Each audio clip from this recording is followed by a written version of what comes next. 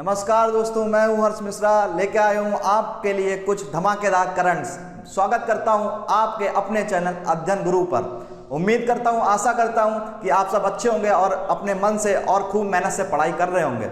दोस्तों, मैं ये भी उम्मीद करता हूं कि आपके हाथ में कॉपी और पेन होगा, साथ में आपके हाथ में वर्ल्ड मैप और इंडिया का मैप होगा। दोस्तों, अगर आप इस चीज़ को करने में शर्माते हैं या ऐसा फील करते हैं कि अरे यार ये तो छोटे बच्चे करते हैं, इस टाइप का मेरा क्या काम, हम तो बड़े हो गए हैं। दोस्तों, मैं आपको बता दूं, ये जो आपकी मेंटलिटी है इस टाइप की, ये कहीं ना कहीं आपकी सफलता में अवरुद्ध या ऑब्स्टिकल बन के आएगी और आप कहीं ना कहीं सक्सेस होने से चूक जाएंगे या सफलता से चूक जाएंगे। दोस्तों, मैं आपको बता दूं, आप इस बात का गौर भी करेंगे, जब हम लोग छोटे होते हैं, जब हम लोग छोटी क्लासों में पढ़ते हैं, 9th 10th 11th 12th या उससे भी पहले, तो आपको याद होगा हमारे साथियों, हम कितनी मेहनत करते थे। हम हर एक चीज़ का नोट्स बनाते थे, हम हर एक चीज़ को डिस्क्रिप्टिव रूप में पढ़ते थे, अपने पेरेंट्स से, अपने टीचर से हर एक छोटी से छोटी चीज़ पूछते थे कि ये पापा ये क्या होता है, या सर ये क्या होता है, ये क्यों आता है, कैसे आता है। और उसका परिणाम हमको मिलता था, कहीं ना कहीं इतना अच्छा परिणाम मिलता था कि हम लोग शॉक्ड रह जाते थे कि ये कैसे हो गया। दोस्तों, मैं आपको बता दूं, जब मैं 10th और 11th और 12th में था, तो भी मैं ऐसे डिस्क्रिप्टिव रूप से पढ़ता था, जो कि मैं अभी भी अपने ऊपर लागू करता हूं। ऐसे ही दोस्तों, अगर आप अपने आप को छोटा समझने लगेंगे, अपने आप को बड़ा समझने लगेंगे, दोस्तों अगर आप अपने आप को इस चीज़ में बड़ा समझने लगेंगे, तो मैंने आपको जैसे पहले ही बताया कि कहीं ना कहीं आप सफलता से चूक जाएंगे। आप उदाहरण उठा के देख लीजिए, मैं समझता हूँ यूपीएससी से बड़ा कोई एग्जाम नहीं होगा। अगर आप उनके एस्पिरेंट्स की कॉपीज या नोट चेक करेंगे, तो आप देखेंगे बिल्कुल बच्चों की तरह पढ़ते हैं। उनके हाथ में हाइलाइटर होता है, उनके हाथ में पेन्स होते हैं, कॉपियाँ होती हैं, बड़ा एक एक चीज को एक्सप्लेन करके लिखते हैं। वो इसीलिए लिखते हैं दोस्तों, क्योंकि यूपीएससी है वो ऐसा एग्जाम है जो हर चीज को पूछता है। जैसे मैं आपको एग्जांपल देता हूं, अदर एग्जाम पूछते हैं हल्दी घाटी का युद्ध कब हुआ, यूपीएससी पूछता है हल्दी घाटी का युद्ध कैसे हुआ, क्यों हुआ, इसका रीजन क्या था, इससे फायदे क्या हुए, इससे नुकसान क्या हुए। दोस्तों, अगर हम इस टाइप से छोटे रूप से पढ़ेंगे ना, छोटे बन के, मैं आपको बोलता हूं, आप बच्चा बन जाया करिए। आप जब भी पढ़ा करिए तो बच्चों के रूप में पढ़ा करिए। आप देखना, आपके सफलता आपके पीछे पड़ जाएगी, आपके चल के आएगी। आपको नौकरी जो है, आप जिसके लिए आप अभी इतनी कोशिश कर रहे हैं, नहीं मिल पा रही है, कहीं ना कहीं वो आपके पास चल के आएगी। तो दोस्तों, आइए बिना वक्त गवाए अपने धमाकेदार सेशन की शुरुआत करता हूं कुछ ताजा नई तरीन देश विदेश की खबरों से। आइए दोस्तों, ये रहा आपकी स्क्रीन पर पहला क्वेश्चन। दोस्तों, ये रहा आपका पहला क्वेश्चन आपकी स्क्रीन के ऊपर।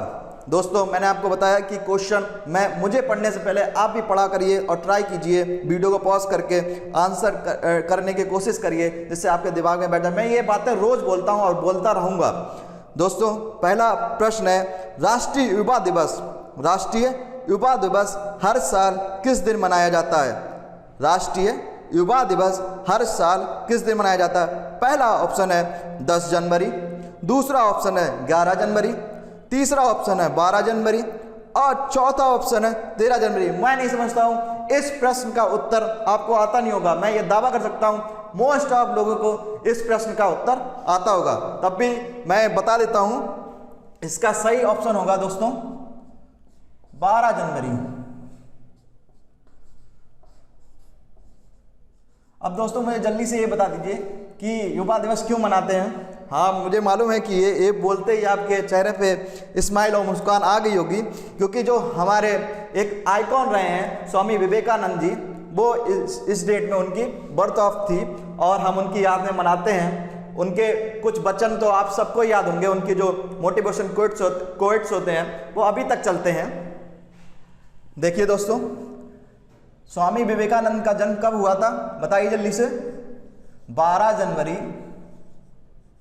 1863 में। इनके बचपन का नाम क्या था दोस्तों?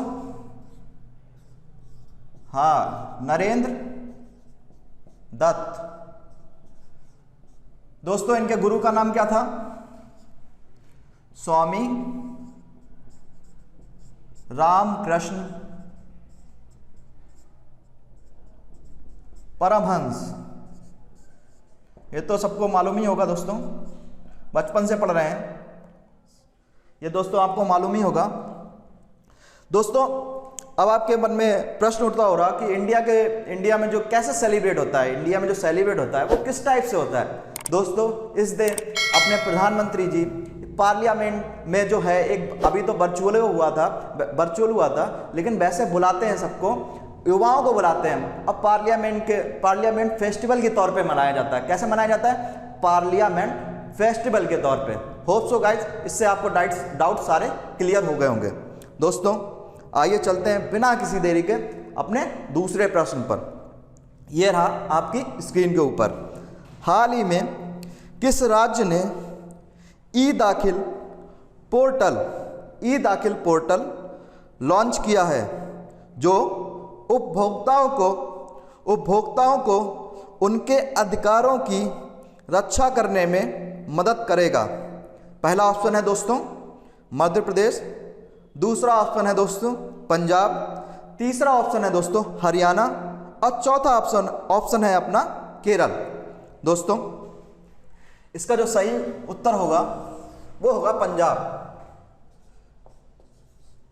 क्या होगा दोस्तों? पंजाब। जी हाँ दोस्तों, पंजाब। ई दाखिला पोर्टल ये है क्या दोस्तों?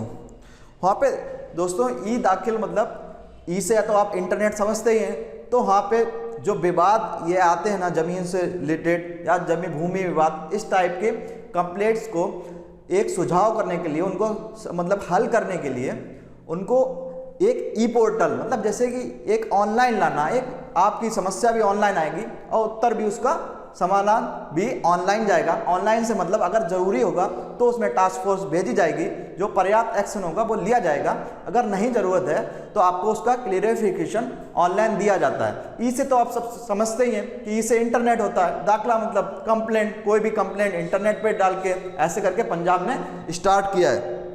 दोस्तों आइए हम जल्दी से जान लेते हैं कि पंजाब के बारे में थोड़ा सा जान लेते हैं। मैं उससे पहले एक चीज़ और बता दूं आपको, जो ई दाखला है ये अभी उपभोक्ताओं के राइट्स के लिए भी किया गया है। किसके लिए किया गया?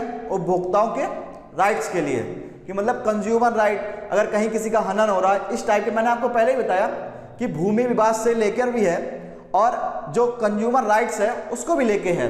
मतलब आपकी अगर कहीं भी कोई शिकायत है तो आप ऑनलाइन दर्ज कर सकते हैं। वही है, एक कॉमन रूप होता है ई दाखिला का, मतलब किसी प्रकार की शिकायत दर्ज करना। आई होप सो गाइस आपको समझ आ गया होगा। आइए चलते हैं पंजाब के बारे में थोड़ा सा जान लेते हैं। अब मुझे जल्दी से ये बता दीजिए, जो पंजाब है वहाँ के सीएम कौन है? पहले तो मैं आपको बता दूं पंजाब ये कब इस्टेब्लिश हुआ था। स्थापना दिवस 1 नवंबर 1966। कब हुआ था दोस्तों? 1966। इसके सीएम कौन है दोस्तों?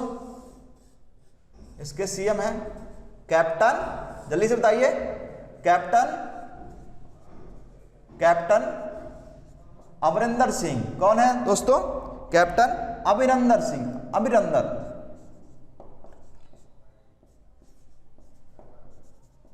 जी हाँ दोस्तों, अब मुझे ये बता दीजिए जो पंजाब है उसकी कैपिटल क्या है? जल्दी से बता दीजिए, पंजाब की कैपिटल क्या है?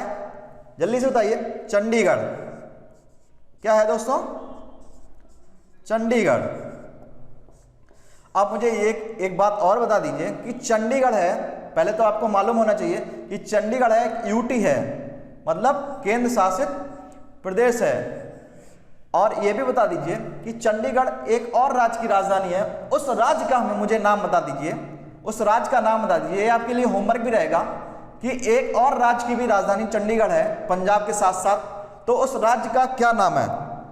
दोस्तों पंजाब के हम गवर्नर की बात कर लेते हैं। क्या नाम है गवर्नर का? विजेंद्र पाल। क्या नाम है दोस्तों? विजेंद्र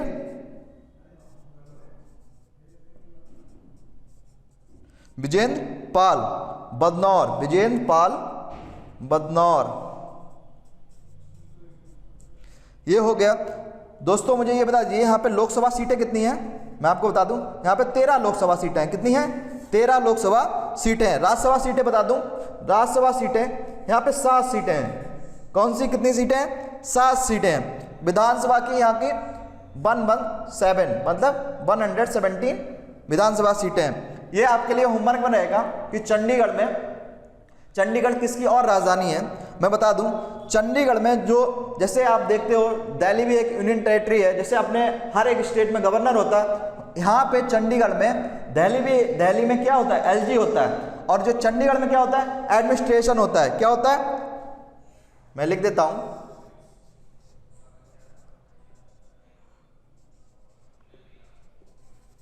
एडमिनिस्ट्रेटर। क्या होता है दोस्तों? एडमिनिस्ट्रेटर। इनका नाम क्या है दोस्तों चंडीगढ़ के? जल्दी बताइए। प्रकाश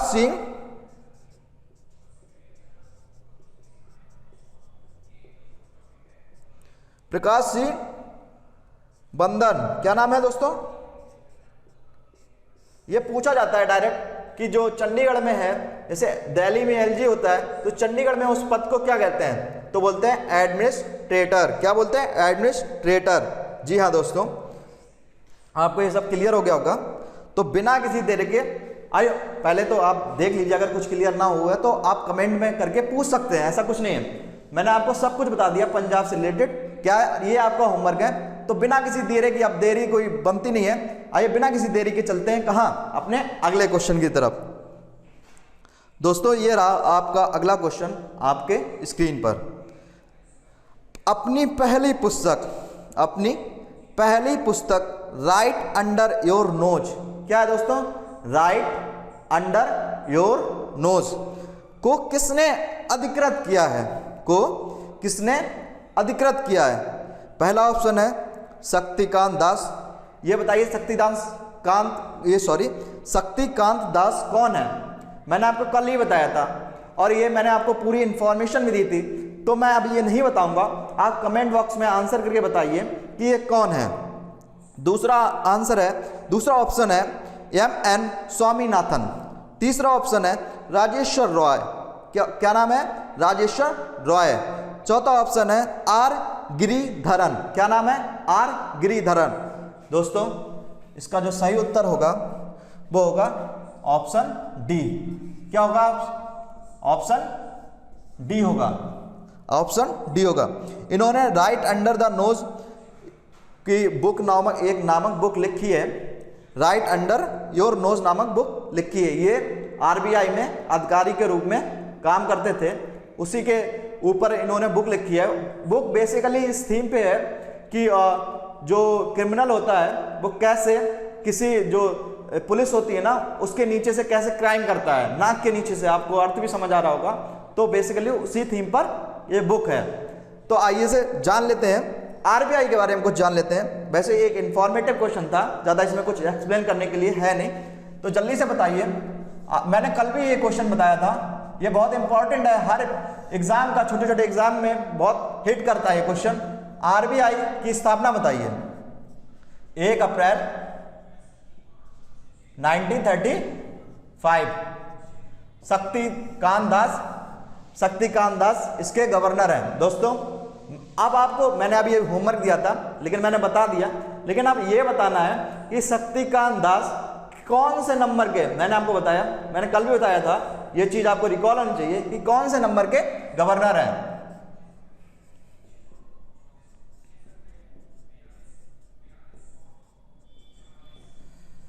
दोस्तों ये शक्तिकांत दास हो गए। अब मुझे ये बता दीजिए दोस्तों कि आजादी से पहले, ये आजादी से पहले आप देख लीजिए, डेट तो आजादी से पहले है, तो आजादी से पहले इसका गवर्नर कौन था? तो मैं नाम लिख देता हूं, आप लोग पढ़ लीजिएगा।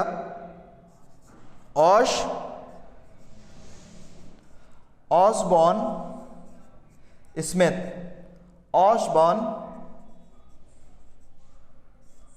ये कौन थे दोस्तों?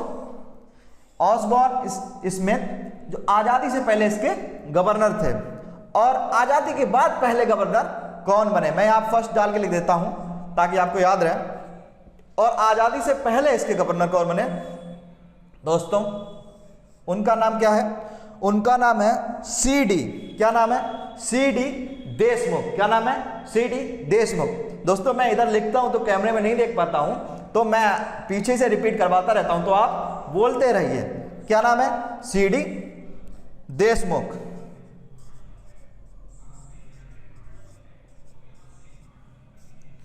सारे फैक्ट्स आपके RBI के रूप में, RBI के सारे क्लियर हो गए। आपके जो सारे फैक्ट्स हैं सब आपके दिमाग में बैठ चुके हैं। आगे आपके क्वेश्चन आएगा, आप कभी भी किसी भी रिलेटेड RBI से किसी भी एग्जाम में, तो आप हिट कर पाओगे। आइए चलते हैं इसी क्रम में अपने अगले प्रश्न की ओर, जो आपकी स्क्रीन के ऊपर दिख रहा होगा। आइए पढ़ते हैं साथ में। किस राज्य में देश का पहला खिलौना निर्माण क्लस्टर, पहला खिलौना निर्माण क्लस्टर का निर्माण किया गया है? का निर्माण, 2 बार निर्माण है, कंफ्यूज मत होइएगा, निर्माण किया गया है। पहला ऑप्शन है महाराष्ट्र, दूसरा ऑप्शन है गुजरात, तीसरा ऑप्शन है कर्नाटका और चौथा ऑप्शन है आपके पास गोवा। सही उत्तर बताइए मुझे जल्दी से दोस्तों, क्या होगा इसका सही उत्तर?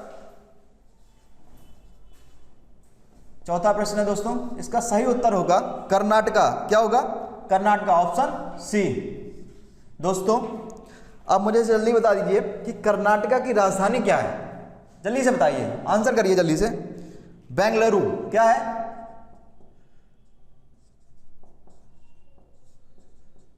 बेंगलुरु कर्नाटका की राजधानी क्या है? दोस्तों यहाँ की गवर्नमेंट ने अभी पहला खिलौना क्लस्टर, निर्माण क्लस्टर अभी स्थापित किया है। खिलौने से रिलेटेड है। मैं दोस्तों बता दूं, अभी भारत सरकार ने भी, भारत सरकार, मैं लिख देता हूं, भारत सरकार ने भी, इंडियन गवर्नमेंट,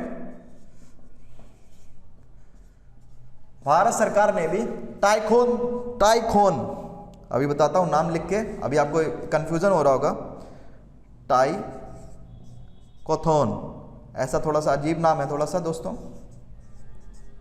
टाइकोथोन नाम से 2021 में एक योजना चलाई है।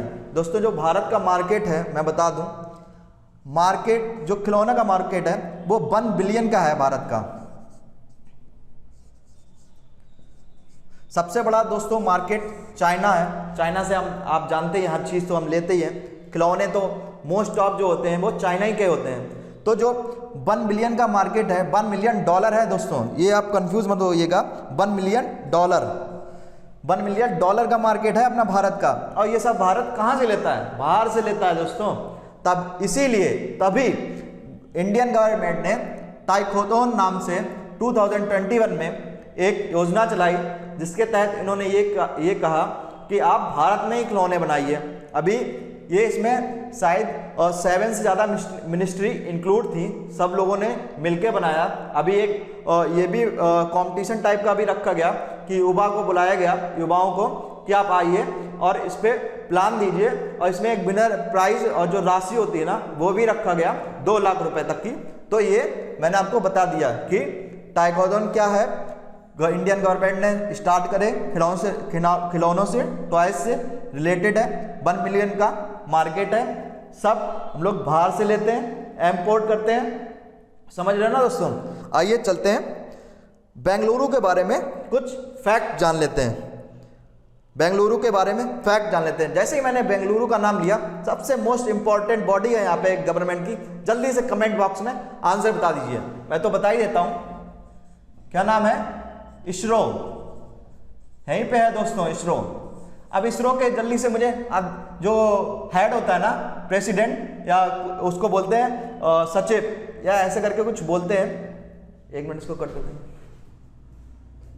मैंने आपको बताया इसरो का हेड ऑफिस है यहाँ पे, मतलब हेड ऑफिस क्या, इसरो यहीं पे है, बेंगलुरु में स्टैब्लिश है। ये तो मैं आपको बहुत बार बता चुका हूँ, मुझे जल्दी से बता दीजिए इसको स्टैब्लिश कब किया गया, इसके जो अध्यक्ष हैं वो कौन है, ये आपका होमवर्क रहेगा। दोस्तों मैं बता चुका हूँ, 2 बार बता चुका हूँ, हर एक वीडियो में बताता हूँ, आपको होमवर्क भी देता हूँ। प्लीज कमेंट करके जरूर बताइए, तभी आपका ये नॉलेज है इंप्रूवमेंट होगी, आपके दिमाग में बैठ जाएगा। मैं रोज पूछता हूँ। आइए कुछ बेंगलुरु के बारे में फैक्ट हम लोग जान लेते हैं। दोस्तों जो कर्नाटक है, उसके, कर्नाटक है ना, उसको स्टैब्लिश कब किया गया था? 1 नवंबर 1956 में, सॉरी 1956 56 में।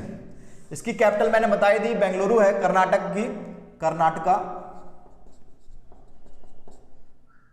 बेंगलुरु है इसकी राजधानी। इसको स्टैब्लिश कब किया था? 1 नवंबर 1956 में। कर्नाटक के हमें सीएम बता दीजिए फटाफट से। कर्नाटक के जो सीएम है वो कौन है? जल्दी से बताइए, जल्दी से बताइए। येदियुरप्पा जी हैं, येदियुरप्पा जी, अपने येदियुरप्पा जी हैं, येदियुरप्पा जी। ये नाम तो आपको याद बैठ ही जाएगा, दिमाग में बैठ ही जाता है, क्योंकि अजीब थोड़ा सा नाम है लेने में हम लोग, क्योंकि साउथ साइड के हैं। और यहाँ के गवर्नर बता दीजिए, जल्दी से बताइए। मैंने ये एक्सप्लेन करा चुका हूँ, मैं फिर कराता हूँ ताकि आपको रिकॉल हो जाए। ये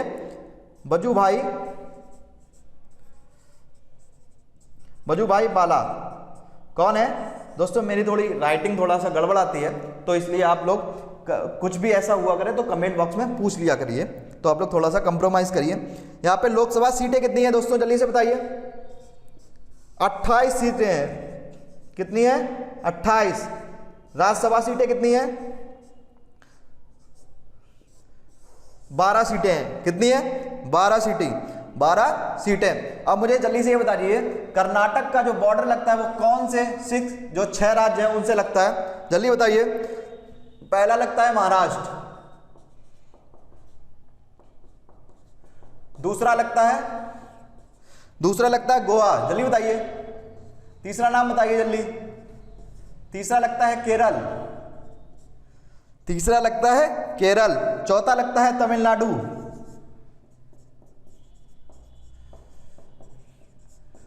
पांचवा लगता है आंध्र प्रदेश। कौन सा? आंध्र प्रदेश।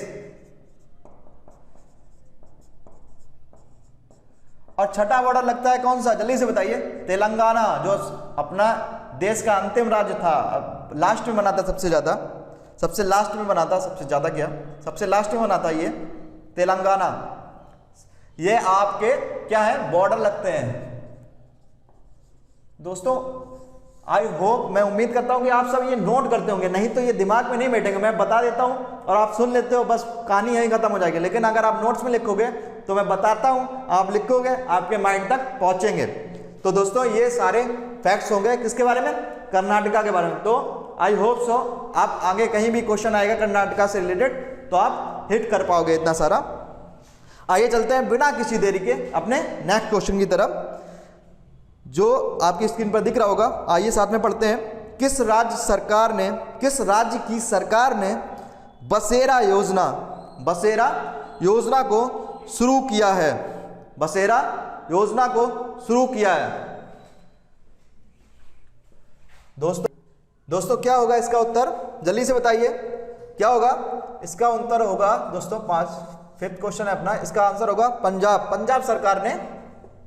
अभी मैंने आपको सारी चीजें बताई थी पंजाब सरकार के बारे में, पंजाब राज्य के बारे में, पंजाब के सीएम कौन है, ये सब बताया मैंने आपको। ये क्या है? बसेरा योजना चालू की है। कौन सी योजना? दिख रहा होगा आपको, बसेरा योजना। किससे रिलेटेड है दोस्तों? ये रिलेटेड है जमीन का मालिकाना हक दिलाने के लिए। दोस्तों क्या होता है, आपने देखा होगा बहुत साल से लोग अपना, जो थोड़ा नीची जाति एसटी वाले लोग होते हैं यार, थोड़े नीची जाति वाले लोग होते हैं जो टेंट में रहते हैं, जमीन आपने देखा होगा टेंट लगा के रहने लगते हैं कहीं भी।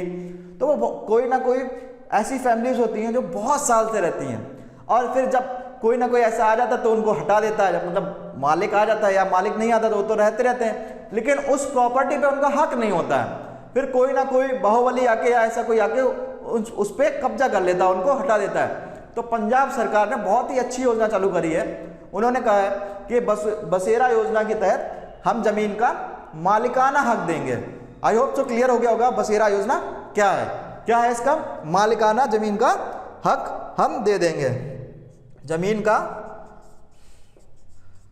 मालिकाना हक देना।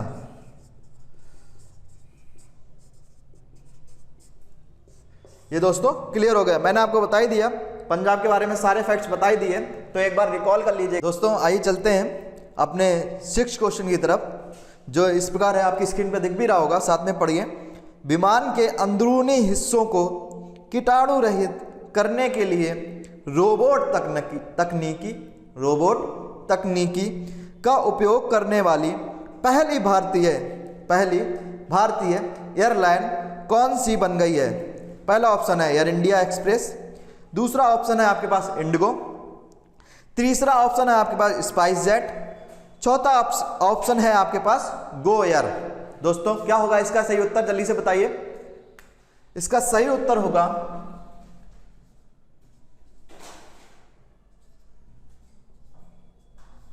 इसका सही उत्तर क्या होगा? Air India express. क्या होगा दोस्तों? कौन सा ऑप्शन है? ए ऑप्शन इसका सही होगा, air India express. Air India express. दोस्तों कंफ्यूज मत होइएगा, एयर इंडिया और एयर इंडिया एक्सप्रेस अलग अलग हैं। एयर इंडिया ये दोनों अलग अलग हैं। क्या अलग हैं? ये इसकी एक ब्रांच है। ये फिर कहेंगे सर आप ये ब्रांच खोली क्यों गई थी? प्रश्न उठता ही है। ये ब्रांच इसलिए खोली गई थी ताकि लोगों को थोड़ा सा चीप वे में यात्रा प्रोवाइड कराई जाए, ट्रैवल प्रोवाइड कराया जाए, तो इसीलिए इसकी एक ब्रांच खोली गई थी। दोस्तों ये इसके पहले मालिक कौन थे? जेआरडी टाटा। जेआरडी टाटा थे, बाद में ये इन्होंने गवर्नमेंट को दे दी। तो आप ये क्वेश्चन पूछता है एग्जाम में कि एयर इंडिया और एयर इंडिया एक्सप्रेस में क्या अंतर है, या ये दोनों सेम ही है क्या? नहीं, ये एयर इंडिया एक जो मेन ब्रांच, एक जो मालिक होता है समझ लीजिए आप, एक जो मालिक होता है और एक इसका ये पार्ट है, एक इसका एक ब्रांच है। तो एयर इंडिया एक्सप्रेस ये ब्रांच है। हुआ क्या दोस्तों? उन्होंने प्लेन में रोबोट एक चलाया जिससे तकनीकी से कीटाणु रहित किया गया उसको। बस इतना सा क्वेश्चन है।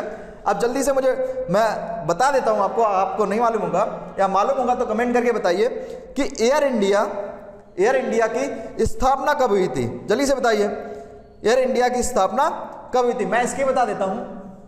एयर इंडिया की स्थापना, ये आपके लिए होमवर्क रहेगा। मैं एयर इंडिया एक्सप्रेस की बता देता हूं। ये 2005 में बनाई गई। कब बनाई गई? 2005 में। इसका हेडक्वार्टर बता दीजिए जल्दी से, हेडक्वार्टर बता दीजिए जल्दी से, जल्दी बताइए। कोच्चि। हाँ, कमेंट करते रहा करिए दोस्तों, मुझे भी अच्छा लगेगा। कोच्चि में इसका जो हेडक्वार्टर है, इसके सीईओ बता दीजिए जल्दी से, सीईओ बता दीजिए। प्रदीप सिंह खरोला। कौन है? प्रदीप सिंह खरोला। दोस्तों मैं आपको एक इंपॉर्टेंट न्यूज ये बता दूं एयर इंडिया से रिलेटेड। अभी एयर इंडिया की 4 महिला पायलट ने, ये क्वेश्चन मोस्ट इंपॉर्टेंट है, मोस्ट इंपॉर्टेंट, ये पूछा जाएगा जरूर एग्जाम में। 4 महिला पायलट ले नॉर्थ पोल पे सैन फ्रांसिस्को से लेके जो यूएसए में है बेंगलुरु तक, अभी आपको बताया था बेंगलुरु के बारे में सब कुछ, बेंगलुरु मैं लिख देता हूं, थोड़ी सी हिंदी में राइटिंग थोड़ी सी गड़बड़ है। बेंगलुरु तक उड़ान भर के आई है, जिसका नेतृत्व जो मेन पायलट थी उनका क्या नाम है? जोया अग्रवाल। जोया, ये देख लेना आप दोस्तों, ये कहीं ना कहीं आपको किसी भी क्वेश्चन में मिल जाएगा। अग्रवाल, ये किसी ना किसी आपको एग्जाम में मिल जाएगा। ये इतना इंपॉर्टेंट क्वेश्चन है। और इंपॉर्टेंट क्यों है दोस्तों? नॉर्थ पोल पे ऐसा क्या है? आप कहेंगे सर ऐसे तो सब कोई उड़ान भर लेता है, क्योंकि नॉर्थ पोल पे आप मैप देखेंगे तो ग्लोब के ऊपर ही वाले हिस्से पे नॉर्थ पोल बनता है। तो ये यहां से ऐसे करके आए, तो यहाँ पे क्या होता है, जो ग्रेविटी है, जो मैग्नेटिक फोर्स है वो बहुत ज़्यादा होता है। तो इसके कारण यहाँ पे सारे सिग्नल्स चले जाते हैं। जो एक तकनीकी व्यवस्था होती है हवाई जहाज में, प्लेन में, वो गड़बड़ा जाती है, तो बहुत रिस्क बनता है। तो ये सबसे बड़ी फ्लाइट हो गई। मैं दूरी और लिख देता हूँ, 16,000 किलोमीटर। 16,000 किलोमीटर। दोस्तों ये क्वेश्चन बहुत इंपॉर्टेंट है, मैं बार बार इसीलिए बोल रहा हूँ क्योंकि ये इंपॉर्टेंट है, नोट कर लीजिएगा सब कुछ। आइए दोस्तों चलते हैं इसी क्रम में अपने अगले क्वेश्चन की तरफ, जो आपकी स्क्रीन के ऊपर ये रहा। भारतीय सेना ने दक्षिण भारत के लिए नया जनरल ऑफिसर कमांडिंग जीओसी, क्या जीओसी किसे नियुक्त किया है? दोस्तों से जल्दी से बताइए, कमेंट करके आंसर बताइए, कमेंट करके आंसर बताइए। मैं यहां पे लिखता हूं, क्या नाम है उनका, जल्दी से बताइए। पहला ऑप्शन मैं पढ़ा देता हूं आपको। ऑप्शन क्या है? विकास सिन्हा, दूसरा ऑप्शन है अरुण कुमार, तीसरा है सुभाष खन्ना और चौथा है प्रदीप कुमार। तो सही उत्तर होगा दोस्तों इसका अरुण कुमार।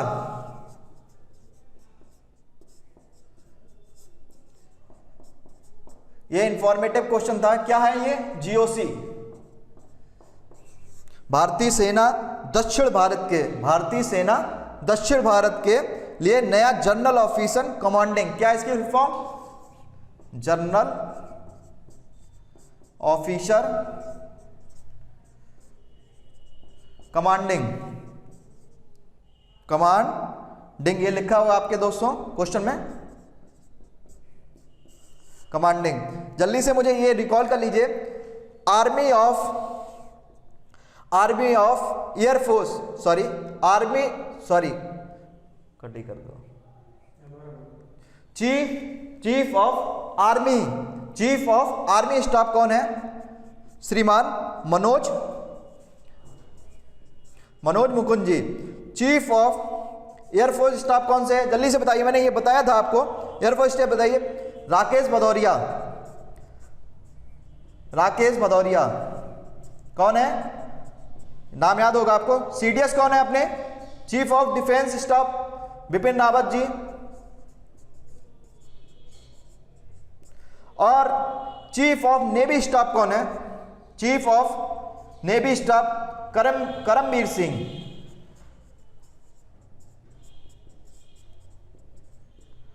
दोस्तों ये आपकी सारी इंफॉर्मेशन हो गया। मैं आपसे फिर से रिक्वेस्ट करता हूं, मैं ये बताता हूं, आपको नोट करना है। ये जो हाथ पे हाथ रखे बैठे हैं उनका वैसे भी कुछ नहीं होना, आपको पेन चलाना ही पड़ेगा। ये कलम की ताकत बहुत बड़ी होती है, ये आपको कहीं ना कहीं चलाना ही पड़ेगा, तभी आपको कहीं किसी भी एग्जाम में, कोई भी एग्जाम हो, आपको सफलता तभी मिलेगी। ये सब इतना मैं इसलिए बताता हूं क्योंकि अलग अलग क्वेश्चन पूछते हैं कि ये चीफ ऑफ आर्मी स्टाफ, ये सब अलग अलग आएंगे तो आप कैसे बता पाओगे। तो मैं सारे रिकॉल करा देता हूं ताकि कोई भी अलग अलग क्वेश्चन आए तो आप उसको हिट कर पाओ। आइए दोस्तों इसी क्रम में चलते हैं अपने दूसरे क्वेश्चन की तरफ, जो है 8वें नंबर का, कि नो योर कॉन्स्टिट्यूशन मतलब संविधान नामक अभियान को किसने शुरू किया है? नामक अभियान को किसने शुरू किया है? दोस्तों मैं बता दूं, इसका उत्तर होगा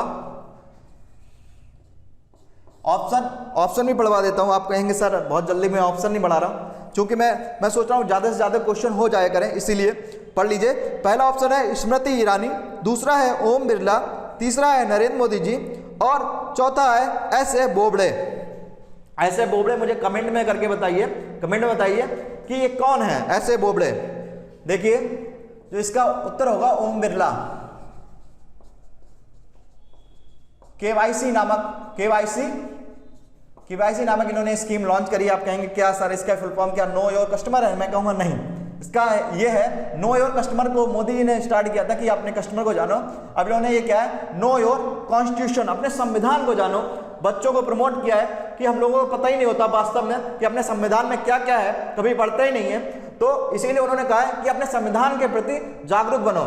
तो इन्होंने कहा है केवाईसी नो योर कॉन्स्टिट्यूशन, अपने संविधान के बारे में जानो। ओम बिरला जी कौन है? जल्दी से बताइए, जल्दी से बताइए, मैं होमवर्क दे रहा हूं। ओम बिरला जी कौन है? और ये मैं आपको बता दूं, ये कोटा से आते हैं, कोटा लोकसभा से, ठीक है। जल्दी से बताइए, ये अपना संविधान है वो कब अवतरित हुआ था? जल्दी से बताइए। 26 नवंबर 1949। दोस्तों मैं ये होमवर्क दिया है, ओम बिरला जी कौन है आपको ये बताना है कमेंट में, ठीक है। आइए चलते हैं दोस्तों बिना किसी देरी के अपने 9वें प्रश्न की ओर। हाल ही में COP 26 का अध्यक्ष किसे नियुक्त किया गया है? पहला ऑप्शन है आपके पास मनीषा सिंह, दूसरा ऑप्शन है ऋषि सचदेव, तीसरा ऑप्शन है आलोक शर्मा और चौथा ऑप्शन है आपके पास सुमित नारायण। COP क्या है दोस्तों? क्लाइमेट ऑफ पार्टीज, इसकी फुल फॉर्म है, ये ब्रिटेन में चल रहा है अभी। दोस्तों इसका सही उत्तर क्या होगा जल्दी से बताइए। आपको जान के बहुत खुशी होगी, आलोक शर्मा जी हैं। मतलब आप कहेंगे सर आलोक शर्मा जी में क्या नाम जान के खुशी होगी। मैं आपको बता दूं ये आगरा से हैं अपने। कौन, कहां से हैं? आगरा से। भारत का परचम हर जगह फैल रहा है दोस्तों। अभी यूएस में जब कैपिटल में वहां विवाद हुआ था, तोड़फोड़ हुई, तो वहां भी किसी ने इंडिया का फ्लैग लहरा ही दिया। तो ये मैंने बताया आलोक शर्मा जी कौन है, आगरा के रहने वाले हैं। ये यूके में जो वहां के प्राइम मिनिस्टर हैं कौन है, जो 26 जनवरी को आने वाले थे, लेकिन कोविड-19 के कारण उनका जो दौरा है वो रद्द कर दिया गया। कौन है जल्दी बताइए, जल्दी बताइए। Boris Johnson, Boris